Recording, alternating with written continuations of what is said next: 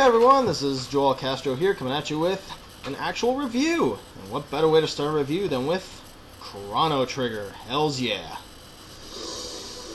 I mean, this game is legendary in the video game industry. It's been claimed to be one of the greatest video games of all time, and I actually believe it. And, you know, it has an amazing history. It was made back when Squaresoft was Squaresoft, you know, not Square Enix. And these guys were slowly climbing to the top of the world, and 3 games helped them do that: Secret of Mana, Chrono Trigger, and Final Fantasy VI. And while I love Final Fantasy VI, and I kinda hate Secret of Mana for reasons I'll get into later, my favorite of the trilogy, unofficial trilogy, is Chrono Trigger. And there's just so much going for it. You have this incredible story, these amazing characters that you see right now, an amazing art style, and this epic orchestra that you may or may not be listening to right now. But yeah, this is the character list. I'll go into them when I get there, but this is Chrono Trigger, and the story, let's start with the story first. Chrono Trigger has one of the most complex, yet simple stories you could ever hope to find in an RPG. You follow this guy named Chrono, who's the redheaded one in the middle, as he enters the day at his town's fair. He meets up with this girl named Marl, and he goes to test out one of his best friend Luca's inventions.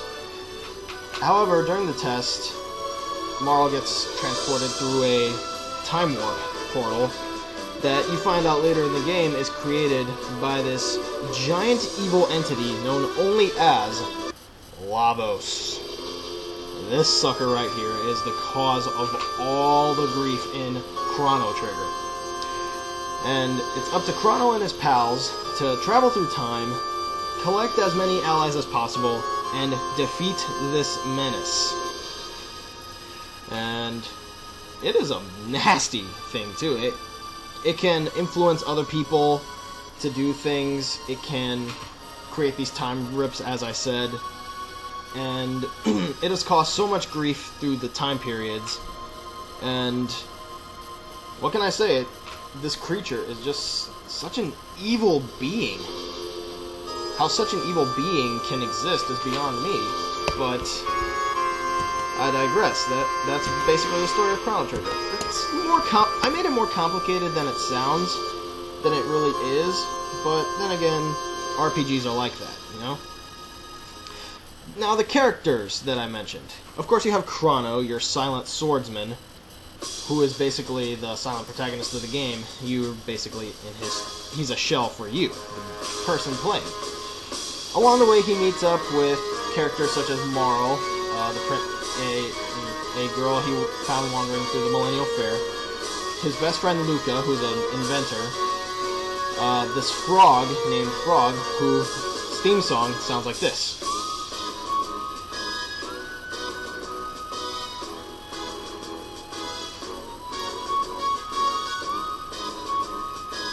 You hear that? That is Frog's theme, and it is epic.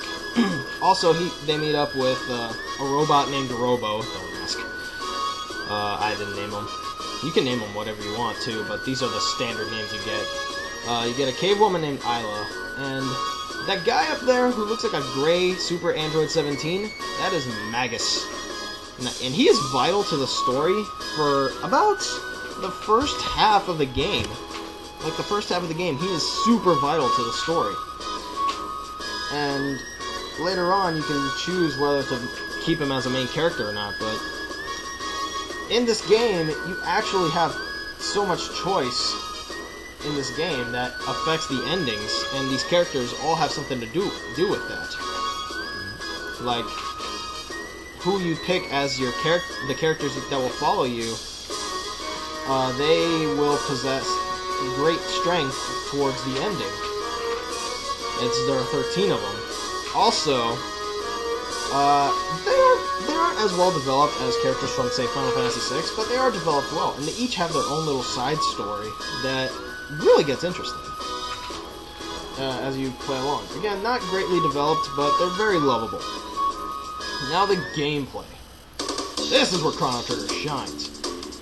It's basically the same controls as Final Fantasy VI. You know, you can dash, you can run on the overworld, but unlike Final Fantasy VI, battles do not take you to another screen. You actually stay on the overworld and battle the creatures as, you know, they appear on there. You have your basic attacks, you have your basic setup, you have the attack, you have combos, which are actually text that you learn throughout the game. And they're basically abilities, like magic or certain skills that apply to certain characters, like Chrono can use sword moves, Frog also has sword moves, Luca can use fire, Marl can use ice, and then you have your basic items list. And you use magic in this game, which drains your magic meter. And the animations are very smooth. I'm sorry I couldn't get clips of the actual animations, but they look very good. And if you want to see for yourself, they are implemented very well into a 16-bit game. Not rotoscoped or anything. They're just natural computer-generated animations. Issues people have with this setup is that it's oftentimes a bit too simple.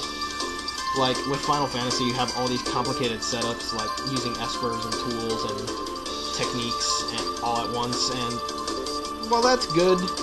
Some people enjoy the simplicity. I enjoy the simplicity. I'm not saying I can't do all the other stuff, but simplicity helps in some games. Also, let me think. No, that's all I have to say that's bad about the combat system. It's actually pretty flawless, in my opinion, aside from the simplicity of it. And that's all I can say about that. Now, the graphics on this game are superb. Every screenshot, every 16-bit screenshot you've seen is of the game itself. Like this shot of the Millennial Fair and Chrono's hometown. I mean, look at that. I have not seen better contrast in a video game ever. Like with colors and stuff. This entire game is just beautiful to look at. Even in some of the darker sections, it's just so amazing to look at. And it just goes to show you the power that the Super Nintendo had, and still has. This is the processing power of a Super Nintendo, guys, and it looks amazing. Even for its time, and even today. Like with these dark sections, you can really tell that they put a lot of time and effort into the graphics and design. Now, it might not be as expansive as, say, Final Fantasy VI can be at times, which that game is just gorgeous.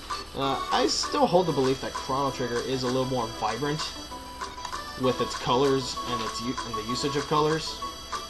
But, in all honesty, they both pretty much look the same to me. Chrono Trigger just looks a little more colorful. And that's about it for graphics. Any other cons I have with this game are few and far between. On the PlayStation version, there's a bit of a longer load time when it comes to battles and transitions. Where on the Super Nintendo, it's just like that, like a snap fast.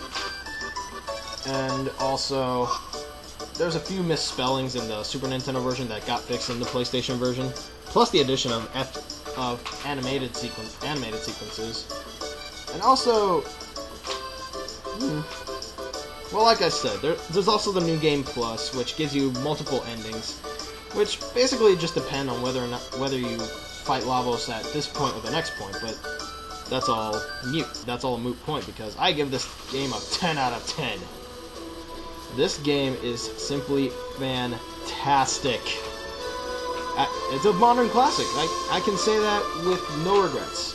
I highly recommend playing this game. If you have a PlayStation 3, it's downloadable for like $5, or is it $6? It's somewhere close to that. So if you have a PlayStation 3 and you're on the PlayStation Network, go ahead, pour some money into this game. It is so worth it. And to those who say that graphics are the best thing in a video game, play this game and see how much fun you have, and you'll be quick to notice that you don't really care about the graphics. You're just caring about the experience, which is what Chrono Trigger is, an experience. Full 10 out of 10 for me, my personal favorite RPG. And this has been my review, guys. Until then, this has been Joel Castro, signing off. Have a good day, guys.